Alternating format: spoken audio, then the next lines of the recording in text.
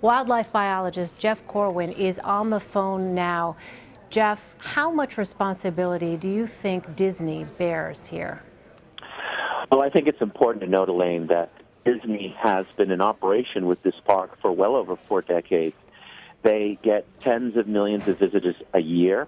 They've had hundreds of millions of visitors throughout the history of this park, and they've never had a situation like this before. They have an incredibly strong, well-trained team that is designed to manage the wildlife that lives in Florida, that can find its way into a park like this. So I think it's quite shocking for everybody, and I think there are a lot of questions to be asked, and I think they will be asked and they will be answered. But if you look at the history of Disney, they've never had this before. This is a shocking anomaly and a tragic event that I would never, ever have expected to happen at Disney. Now, of course, when you're at Disney, you are at the place that you think is the safest place on the planet, if not to a level of sterility when Absolutely. it comes to safety. Mm-hmm. But it's a shocking event. So Disney has closed all of its beaches. What more do you think needs to be done at this moment? I think they have done just about everything they can do. And I think it's important for people to know that Disney, the park itself, represents only a small portion of their many thousands of acres of property. And a lot of that property is ideal alligator habitat. You also have to remember is that Florida, throughout the Southeast, if there's a standing body of fresh water and is relatively undisturbed, it could be the side of the road. It could be something that's just washed in and it'll dry up in a couple of days. It is very possible to find an alligator there. Florida is alligator country, and these animals are naturally migrating, sometimes significant distances, to go from one water hole to the next.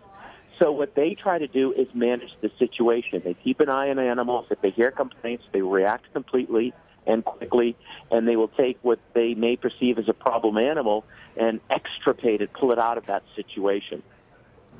Jeff, authorities said they will find the alligator that took the child. How can they know that? Well, they can very likely figure this out. There may be some DNA present on the animal. There may be DNA present on the child that could be used to make the connection. Alligators are creatures of habit. These are the ultimate aquatic predators. They've been on our planet, Elaine, unchanged for nearly 60 million years. This is their world. So this is a creature that will stay in its comfort zone. They have found the alligators that were there with it. Again, these animals move back and forth. And it is very likely that they will eventually secure the alligator that resulted in this tragedy.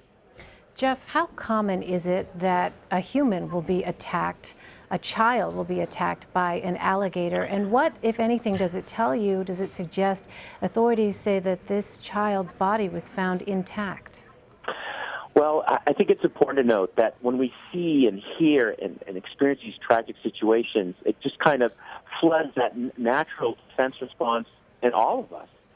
There's nothing that kind of, touches the primordial part of you and the idea of connecting with a predator like an alligator, especially in its world.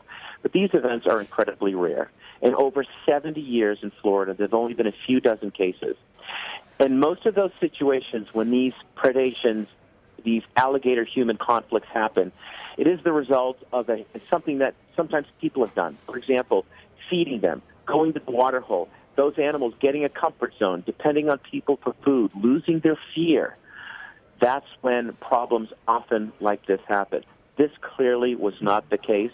Clearly, the parents were reacting as they should and did their very best. What does it tell me? That the child was found in the situation that he was found. It tells me that the animal moved in, ambushed the child, dragged it into the water, as they often do. It's very likely he got startled and then let the child go from his mouth and moved on. Horrific to hear it, but as you note, Jeff, an incredibly rare event. Jeff Corwin, thanks so much for your insight. Appreciate it. Thank you.